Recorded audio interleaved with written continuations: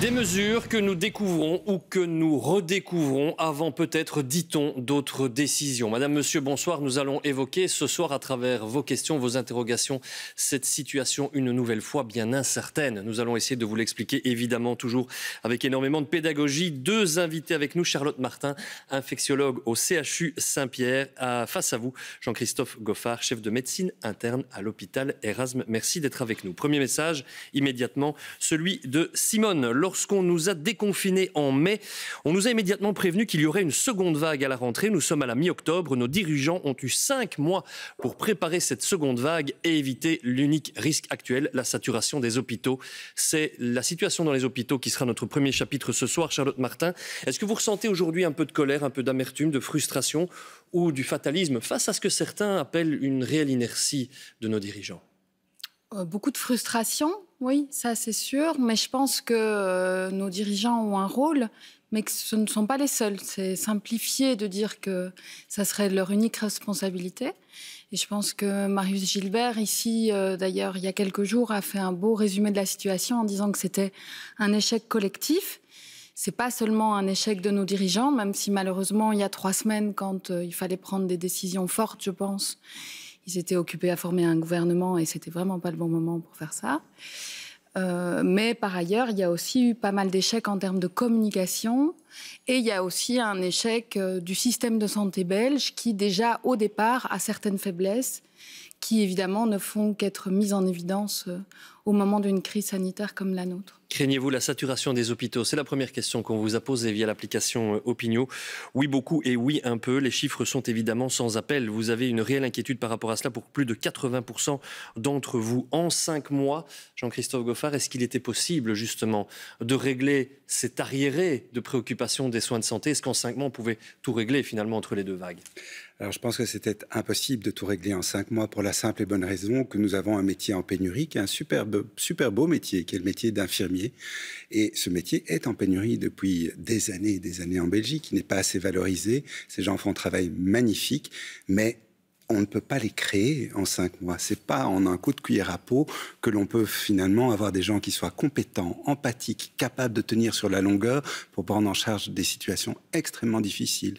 Et tout ça pour gagner parfois un salaire qui est vraiment misérable par rapport à la quantité et à la qualité du travail qui est fait. Avec évidemment cette question sur les soins intensifs et ce fameux chiffre, 2000 lits de soins intensifs disponibles en Belgique. On peut vraiment gérer 2000 lits de soins intensifs chez nous ? Alors, c'est très clair, 2000 lits, ça, c'était ce à quoi on pouvait arriver au mois de mars-avril. Mais là, on n'est plus dans cette possibilité-là. Il faut arrêter de se voiler la face. Il y a 20% du personnel soignant qui est en incapacité de travail. Et c'est vrai dans tous les métiers. Les policiers et les soins de santé ne font pas exception. Donc, 2000 lits... Oui, c'est théoriquement possible, mais il faut mettre des infirmiers autour, il faut mettre des kinés autour, il faut mettre des médecins autour. Et donc, on n'arrivera jamais à cette capacité-là à l'heure actuelle. Au mieux, ce sera 1800 lits. Je suis extrêmement inquiet des choix que nous aurons à faire si nous n'aplatissons pas la courbe. On a les lits, mais pas les hommes et pas les femmes qui doivent permettre justement de traiter ceux qui occuperaient ces lits. Et à propos de celles et ceux qui s'y trouvent justement en soins intensifs, Charlotte Martin, on parle toujours de ces personnes fragilisées. C'est encore ces profils-là qui viennent aux soins intensifs? Et donc le virus n'a pas changé, mais malheureusement dans une vague d'une telle ampleur comme on a eu au mois de mars et comme on a maintenant et comme elle s'annonce maintenant, plus il y a de cas, plus on a ces cas un petit peu plus rares qui atteignent donc les gens, le Covid qui atteint des gens plus jeunes. Pour vous donner un exemple, ce week-end aux soins intensifs à Saint-Pierre, il y avait la moitié des patients qui avaient entre 50 et 60 ans. Et donc je ne suis pas encore prête à dire que les gens entre 50 et 60 ans, c'est des personnes âgées. Voilà une question maintenant qui va nous ramener peut-être un peu à ce que vous disiez tout à l'heure. On reçoit beaucoup de messages, et on ne les critique pas, mais de gens qui ne connaissent pas la réalité de terrain et qui nous disent parfois il n'y a qu'à. Et c'est un peu le cas de Bernadette. Si les hôpitaux du pays frôlent l'engorgement, ne pourrait-on pas construire un hôpital de campagne consacré aux malades Covid, comme cela a été fait au printemps dans d'autres pays? C'était possible ? Alors autant prendre les malades dans un lit d'amis qu'on a à la maison. Si vous n'avez pas le personnel pour encadrer, ça ne sert à rien d'avoir les murs et le lit. Je veux dire, ce qu'il faut, c'est le personnel et les capacités intellectuelles pour pouvoir prendre en charge ces personnes-là. Oui, parce qu'on fantasme parfois un peu sur la situation du Han qui avait construit cet hôpital incroyable, mais peut-être qu'ils avaient le personnel, à la différence de ce qui se passe chez nous. C'était bon de le rappeler. Frédéric Collard, c'est le message suivant. Les hôpitaux se plaignent d'être dans une situation quasi identique à celle du mois de mars. Les mesures prises par les autorités ne sont-elles pas insuffisantes? On va peut-être pas revenir justement sur ce qui s'est passé entre les deux vagues, mais finalement il y a une situation qui échappe un peu à tout contrôle, mais qui est bien antérieure à l'arrivée du virus sur notre territoire. Est-ce que tout cela pourrait avoir un impact et donc prolonger la crise sanitaire finalement? Oui, je pense que malheureusement on part sur un terrain qui est difficile. En Belgique, on a des soins de santé d'excellente qualité, mais malheureusement on a un petit peu trop, sans vouloir faire des bêtes jeux de mots, surfer sur cette vague les dernières années. Et on a demandé plus et plus et plus, par exemple, en termes de charges administratives, que ça soit dans les hôpitaux ou dans les premières lignes au niveau des médecins généralistes. On est en carence de médecins généralistes et de médecine de première ligne depuis des années, avec en parallèle des numerus clausus qui continuent de façon complètement incompréhensible et une médecine générale qui est tout à fait dévalorisée.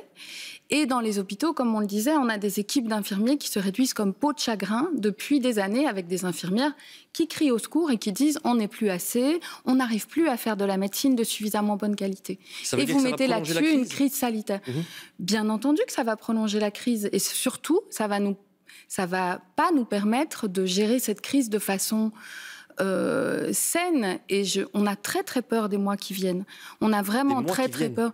Oui, ça va être des mois. En quelques semaines, là. Non, puisqu'il n'y a plus de confinement dur. Ici, on est dans des mesures qui sont beaucoup moins dures que celles du mois de mars, qui visaient vraiment à couper. Voilà, le confinement dur visait à couper la crise le plus brutalement possible et à aplatir cette courbe le plus vite possible. Ici, on fait des mesures qui sont moins dures. Je peux entendre les arguments économiques, etc., mais sur un pur plan épidémiologique. Ce qui pourrait éventuellement nous aider maintenant, c'est de reconfiner complètement. Je parle purement épidémiologiquement. Et même si on reconfinait complètement, il faudrait encore tenir 3-4 semaines puisqu'on est en train de payer les contaminations d'il y a 3-4 semaines. On va y venir justement sur ces mesures qui suscitent pas mal de débats, mais il y a un autre thème qu'on nous a beaucoup demandé d'aborder aujourd'hui. Ce n'est pas nécessairement vers vous que je vais me tourner, mais vers Stéphane Thierry, directeur marketing des Tech. Bonsoir, monsieur Thierry. Beaucoup de messages pour mettre le doigt sur ce qui se passe dans les transports en commun. Il faut peut-être faire un peu la lumière là-dessus. Gaston, tout d'abord, nous dit qu'il suffit de prendre un bus, tram, métro ou un train aux heures de pointe pour savoir comment voyage le Covid-19. Marius, pas Marius Gilbert, un autre Marius sans doute, nous a écrit: pourquoi n'y a-t-il plus de contrôle au niveau des bus scolaires? Une bonne partie des jeunes ne portent pas les masques, soit ils n'ont pas de masque et d'autres jugent que le port du masque ne serait pas nécessaire. Les bus sont bondés, les jeunes sont collés les uns contre les autres. On reproche beaucoup, Stéphane Thierry, au transport en commun d'une manière générale, le fait que les gens s'y comportent un peu n'importe comment, que ce serait finalement un lieu de propagation du virus. Qu'est-ce que vous en pensez? Qu'est-ce que vous répondez à ça? Je pense qu'il est impératif que tout le monde ait son masque, ça c'est clair. C'est ça qu'on doit avoir dans le transport en commun quand on le prend.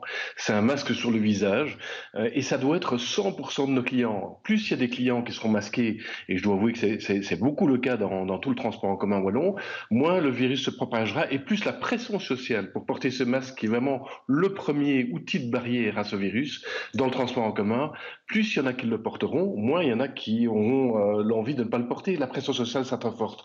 Alors dire que ça n'est pas beaucoup porté, je pense qu'il faut nuancer les contrôles qui nous reviennent, les réactions de nos clients aussi qui sont sur le réseau montrent qu'il y a encore des clients qui ne le portent pas, mais qu'une grande majorité le porte, qu'il y a vraiment cette conscience que c'est le premier geste barrière quand on prend le transport en commun, le masque. Un petit mot, parce qu'il est important aussi, beaucoup nous ont écrit pour nous dire qu'il n'y a pas assez de contrôle dans les transports en commun. Vous parlez de pression sociale, ça veut dire quoi finalement? Ce sont les usagers qui sont les principaux contrôleurs de ceux qui ne respecteraient pas les gestes barrières? Ah non, alors la pression sociale, c'est le regard de l'autre, c'est le fait qu'on est différent de l'autre, alors qu'on sait pertinemment bien, tout le monde l'a compris, que le masque est indispensable. Ce n'est certainement pas la loi faite par l'usager, c'est pas la loi faite par le client. Nos contrôleurs sont là pour ça, ils sont là pour faire en sorte que ça se passe bien dans la montée et dans la descente du bus et pour rappeler ce geste barrière. Je rappelle aussi qu'ils n'ont pas l'habilitation pour sanctionner sur le non-port du masque. On est dans l'habilitation de police. Et dans certains cas, quand un bus n'est pas suffisamment, on n'a pas pris suffisamment au niveau des clients le port du masque et que ça pose problème, ben on fait appel à la police. Mais je pense qu'il faut surtout rappeler que c'est une intention que chacun doit avoir, que chacun doit prendre, et que cette habitude d'avoir son masque en poche, un peu de gel hydroalcoolique, son masque en poche, le mettre dès qu'on monte dans le transport en commun, et puis ne pas y aller si on a une suspicion. Et c'est en faisant ça que le transport en commun restera, parce que les études commencent à le prouver, un des lieux où il n'y a pas de contamination plus importante qu'un autre lieu de vie en commun. Il est prouvé maintenant par certaines études qui commencent à sortir, que notamment par la ventilation à chaque arrêt, que par le fait que les clients ne restent qu'en urbain qu'environ 15 minutes dans le transport en commun, que s'ils sont masqués, s'ils prennent en compte les gestes barrières, ça n'est pas un lieu plus contaminant qu'un autre lieu public. Eh bien, c'était important de repréciser ce message-là parce qu'il y avait énormément de questionnements, d'interrogations et parfois de craintes et de peurs par rapport au transport en commun. Merci à vous, Stéphane Thierry. Message suivant de Vinciane. Pourquoi ne pas fermer les écoles? C'est le chapitre suivant, celui des écoles, qui sont un haut lieu de contamination, comme ça a été prouvé. Pourquoi fermer uniquement les bars et les restaurants? La fermeture des écoles quelques semaines, est-ce que ça aurait eu un sens ou pas? Alors d'abord, l'éducation doit rester notre priorité à tous. Je veux dire, l'avenir, il est dans nos enfants, bien plus qu'autre chose. Et clairement, les avis des pédiatres sont unanimes. La task force pédiatrique veut maintenir les écoles ouvertes et ils ont des arguments qui tiennent la route, évidemment, par rapport à la santé mentale des enfants, mais aussi des parents qui risquent d'être confinés avec leurs enfants. Et qu'est-ce qu'on répond à ceux qui disent que sanitairement parlant, on prend un risque? Alors, sanitairement parlant, on prend un risque. Il faut se poser la question de ce que l'on fait dans des écoles gardiennes, primaires et secondaires, avec des risques qui peuvent être relativement différents, mais également de notre responsabilité sociale par rapport aux personnes à réel risque de complications. En gros, on dit souvent les ados ne vont pas respecter, etc. Si l'ado ne respecte pas telle ou telle mesure de confinement, il a une responsabilité pour ne pas aller voir ses grands-parents. Si les parents ont un enfant qui est malade, ils ont une responsabilité pour ne pas les faire garder par des personnes qui sont vulnérables. C'est ça qui est Vous mettez peut-être aussi le doigt sur un élément important, l'éducation des adultes vis-à-vis de leurs enfants par rapport à ces gestes barrières. Ça vaudrait peut-être la peine qu'on en rediscute un peu. On n'a finalement jamais évoqué sur ce plateau. On pourrait prendre des questions là-dessus. L'éducation à ces gestes barrières. Sarah nous écrit ceci. N'aurait-il pas été plus judicieux de fermer tout à fait jusqu'au congé de Toussaint ou enfin passer en code orange ou rouge en secondaire? On a bien entendu pour les écoles primaires qui présenteraient moins de dangers, de risques. Là, sur le secondaire, on doit être plus dur maintenant? Je pense que le secondaire, c'est en effet une autre histoire par rapport au primaire, puisqu'on sait que plus on grandit, plus on se rapproche du mode de transmission des adultes, avec plus de récepteurs au niveau nasal, etc. Maintenant, à nouveau, je vais rebondir sur l'éducation des adolescents. Je ne pense pas qu'à l'intérieur des classes, ça soit tellement le problème. Il y a des protocoles sanitaires qui sont plutôt bien respectés. Dans la grande majorité des cas, je pense que les écoles ont fait beaucoup d'efforts pour mettre des choses en place. Donc la fermeture des écoles, c'est fermer des endroits où, en termes de classe, etc., il n'y a pas tellement de problèmes. Je pense que c'est vraiment plutôt le parascolaire au sens cours de récré, post-école, pré-école, etc. C'est probablement là, et là, on est dans l'éducation. Et je vais rebondir sur quelque chose qu'on vient de dire pour les transports en commun. Les mesures ne sont pas nécessairement le problème, c'est la façon dont on les applique. Si on appliquait bien les mesures dans les transports en commun, c'est sûr qu'il n'y aurait pas de contamination. Je vais vous demander tous les deux de répondre maintenant rapidement à deux questions encore, parce que l'heure est là malheureusement déjà. On va parler du couvre-feu et on va parler de la fameuse bulle de 1. Alors pour le couvre-feu, c'est pour vous Jean-Christophe Goffard, message de Didier. Ne fallait-il pas instaurer le couvre-feu dès 21h jusqu'à minuit? Ceci, et je résume, pour éviter les fêtes sauvages. Votre avis là-dessus, couvre-feu utile? Bonheur, pas bonheur? Alors, peu importe la décision, il faut appliquer les décisions. C'est la seule chose que l'on peut faire maintenant. Faire confiance dans les décisions qui ont été prises. Chacun a un avis, mais on s'en fout globalement de l'avis de chacune des personnes qui sera différent et divergent. Allons tous ensemble vers l'application des mesures en espérant que cela nous permettra de ne pas saturer les hôpitaux. Un petit coup d'œil sur la bulle de 1, qui suscite pas mal de questions, évidemment, d'interrogations et de critiques. Florine nous dit « Bonsoir, cette bulle de 1 est-elle valable quand toute notre famille et nous-mêmes ont déjà été contaminés par le Covid? Nous ne pourrons plus nous voir alors que nous ne risquons plus rien, merci. » Ça pose la question de la recontamination. On aurait posé cette question-là au mois de mars. On aurait dit « On ne sait pas ». On y voit un peu plus clair là-dessus. On y voit un peu plus clair sans y voir tellement plus clair. Malheureusement, on n'a que quelques mois de recul.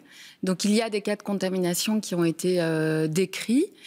On sait quand même que certaines personnes, après la contamination, vont faire des anticorps et d'autres pas. On pense que ceux qui font des anticorps, peut-être quand ils ont leurs anticorps, ils sont protégés pendant ce temps-là. On n'est même pas encore très sûr. On sait qu'il y a des gens qui ont des anticorps et qui les perdent. Donc vous voyez qu'il reste quand même beaucoup de choses floues. Ce qui est sûr et certain, c'est que de toute façon, qu'on ait des anticorps, qu'on soit protégé ou pas, on peut encore trimballer du Covid sur les mains et en disséminer si on veut. Et la dernière chose, c'est que je pense que la bulle de 1, c'est en effet quelque chose de difficile à imaginer ou de difficile à appliquer, mais c'est pas ça. C'est comme la fermeture des restaurants, c'est pas une punition. L'important, c'est le message. Et le message, c'est, quitte à vous rappeler des mauvais souvenirs, c'est rester chez vous. Pour l'instant, tout contact non essentiel, il faut l'éviter parce qu'on se dirige vraiment vers des mois très, très compliqués. Et comme je disais à quelqu'un il y a quelques minutes, il vaut mieux pas tomber malade pour l'instant. C'est vraiment déconseillé de se présenter dans un hôpital pendant les mois qui viennent. Eh bien, un grand merci à vous deux, justement, d'avoir fait passer ces messages-là. Et on devrait encore en faire passer dans les semaines et donc dans les mois qui viennent. On ne s'en réjouit pas. Mais c'est comme ça un grand merci à vous de nous avoir suivis. Aussi, un grand merci à toute l'équipe qui nous a permis de vous présenter cette émission. Je vous laisse avec la suite du programme. C'est un film qui s'appelle « Voyez comme on danse », adaptation d'un roman anglais, paraît-il, que vous êtes très, très, très nombreux à ne pas avoir lu. Donc, on vous propose le film ce soir. Excellente soirée. À demain.